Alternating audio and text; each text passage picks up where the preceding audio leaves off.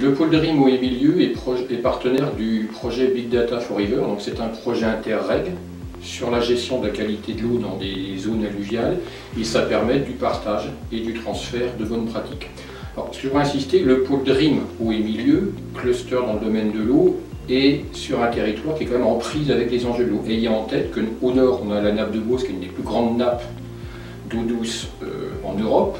Au sud de notre territoire, on est marqué par une zone d'intérêt écologique qui est la Sologne, et nous sommes traversés par le dernier fleuve sauvage d'Europe, en l'occurrence la Loire. Donc, cette activité fait complètement sens avec nos activités sur le territoire de la région Centre-Val de Loire, et c'est cohérent également avec notre stratégie régionale d'innovation marquée par une spécialisation intelligente, avec un domaine de spécialisation sur la métrologie et l'ingénierie environnementale, pour la préservation et la gestion durable des ressources naturelles, et en particulier les ressources en eau.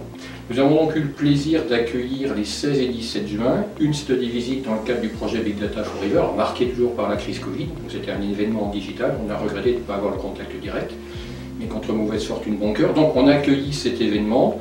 La journée du 16 juin a été principalement consacrée à la présentation par des acteurs du territoire d'un certain nombre de bonnes pratiques que je vais vous énumérer très rapidement.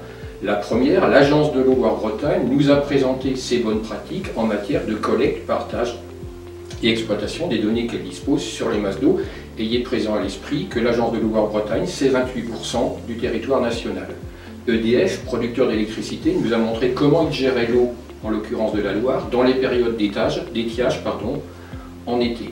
Nos collègues du BRGEM, l'établissement public de référence dans le domaine des sciences de la Terre, nous a présenté une initiative structurante du territoire, le projet Junon, qui va développer un jumeau numérique dédié à la gestion des ressources naturelles, dont à nouveau les ressources en eau. Suez nous a présenté un système tout à fait original d'utilisation des réseaux d'assainissement d'eau comme réseau d'alerte en période de Covid. Enfin, deux derniers exposés. Le canal d'Orléans nous a présenté son dispositif d'alerte en matière de prévention des inondations et le BRGEM à nouveau, établissement public national dans les sciences de la Terre, un dispositif qui s'appelle UBO, qui sont des API qui permettent de partager des données sur les enjeux de l'eau, que ce soit des problèmes de qualité, de quantité et de flux d'eau.